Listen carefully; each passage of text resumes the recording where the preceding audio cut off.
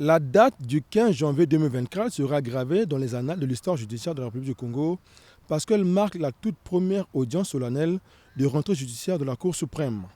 Bilan et orientation, c'est ce que l'on peut retenir pour cette grand-messe du corps judiciaire. Il s'agit là d'un événement très important qui nous permet justement d'apprécier une fois de plus l'intérêt que le président de la République manifeste pour la justice dans notre pays.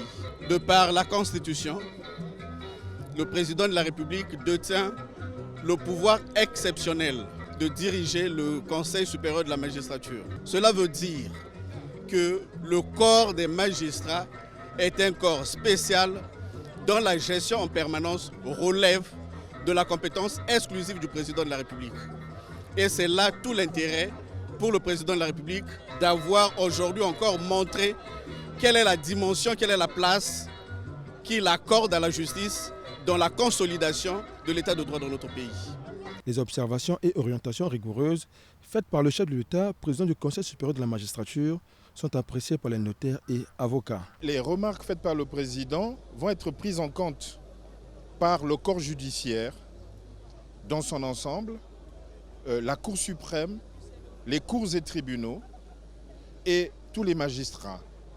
Et nous avons foi que, en sa qualité de premier citoyen, de premier magistrat, de président du Conseil supérieur de la magistrature, les orientations qu'il a données vont être suivies à la lettre. Ce qui est plus marquant dans cette cérémonie, c'est que tous les grands magistrats, et dont le premier magistrat du pays, a passé en revue les bienfaits de la justice congolaise qui est en train de faire ses premiers pas pour la construction de l'œuvre dite de l'état de droit, suivi par le discours du premier président de la Cour suprême qui a fait l'état de la justice au niveau actuel.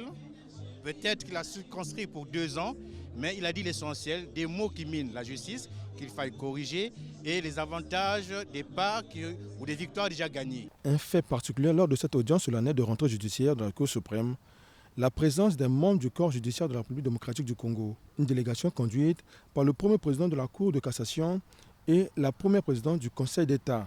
Nous avons les mêmes populations, les mêmes problèmes judiciaires et accompagner les homologues à l'organisation d'une pareille audience, c'est un plaisir pour nous et surtout d'entendre les bilans qu'ils font et les observations faites par les chefs de l'État. Beaucoup de leçons sont à retenir là-dedans. La population congolaise qui suit avec attention l'évolution de la justice en République du Congo rêve d'une justice qui rassure et sécurise, ceci pour l'épanouissement collectif.